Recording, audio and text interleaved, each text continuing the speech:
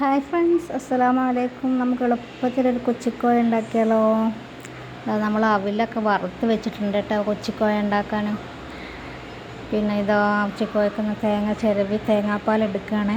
അതിന് തേങ്ങ ചിരവി പിന്നെ കുറച്ച് ഞങ്ങൾ ഉണ്ടാക്കുന്നുള്ളൂ. അപ്പോൾ ഒന്നര തേങ്ങ എടുത്ത് ചിരവി അതിൻ്റെ തേങ്ങാപ്പാൽ എടുക്കുന്നുണ്ട്. തേങ്ങാപ്പാൽ എടുത്തിട്ട് നമ്മൾ ഒരു സൈഡിൽ ചെറിയ ഉള്ളി തൊലിച്ച് വെച്ചിട്ടുണ്ട്, ഇഞ്ചി ഒരു കഷ്ണം തൊലിച്ച് വെച്ചിട്ടുണ്ട്. അതൊക്കെ വേണം കേട്ടോ ഇതിലോട്ട്. ചെറിയുള്ളി, ഇഞ്ചി, പഞ്ചസാര, തേങ്ങാപ്പാൽ, പിന്നെ ഒരാണി ശർക്കര, അതൊക്കെയാണ് ഇതിലേക്ക് ആവശ്യം കേട്ടോ. അപ്പോൾ നമ്മൾ പിന്നെ ചെറിയുള്ളിയും ഇഞ്ചിയും മിക്സിയിലൊന്ന് ജസ്റ്റ് ഒന്ന് ക്രഷ് ചെയ്തിട്ട് അതാ ഒന്നര ചെറുനാരങ്ങയുടെ നീരും എടുത്തിട്ടുണ്ട്.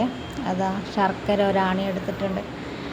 പഴം തൊലിച്ച് വെച്ചിട്ടുണ്ട്. ഇത് നന്നായിട്ട് ഉടക്കണം. അപ്പോൾ നമ്മൾ പഞ്ചസാര ഇട്ട് ഉടക്കുകയാണ്. പഞ്ചസാര ഏകദേശം ഒരു മധുരത്തിന് ഇട്ടതാണ്. പിന്നെ നോക്കിയിട്ട് വേണമെങ്കിൽ പിന്നെ ഇടാം. നമ്മൾ നന്നായിട്ട് പഴം ഉടക്കുന്നുണ്ട്. എന്നിട്ട് നമ്മൾ ചതച്ച് വെച്ച ഇഞ്ചിയും ചെറിയുള്ളിയും ശർക്കരയും മിക്സാക്കി നല്ലോണം അതിലോട്ട് മിക്സാക്കുന്നുണ്ട് കേട്ടോ.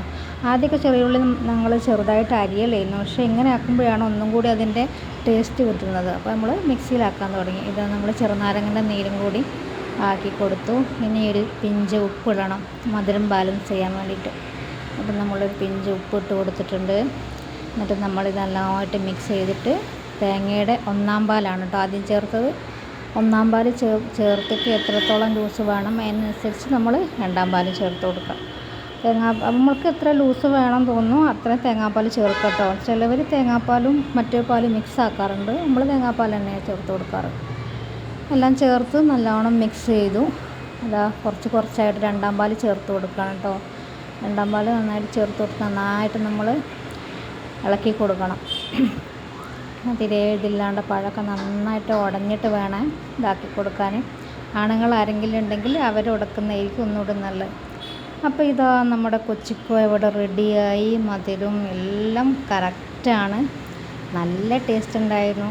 അപ്പോൾ ഇതുവരെ കഴിക്കാത്തവരൊക്കെ ഉണ്ടെങ്കിൽ കഴിച്ച് നോക്കുക, ഉണ്ടാക്കി നോക്കുക. അത് കഴിക്കേണ്ട രീതി ഉണ്ട് കേട്ടോ. നമ്മൾ അവിലേക്ക് കൊച്ചിക്കോയ പിന്നെ ഒഴിച്ചിട്ട് നമ്മളിങ്ങനെ കൊച്ചിക്കോയാണ് കൂടുതൽ വേണ്ട അവലിനെക്കാട്ടിലും. എന്നിട്ട് ഇങ്ങനെ ചിലർ ചവക്കാണ്ട് വിഴുങ്ങുന്നവരുണ്ട് കേട്ടോ. അതിങ്ങനെ കണ്ടോ അങ്ങനെ കഴിക്കാൻ വേണ്ട നല്ല ടേസ്റ്റാണ്.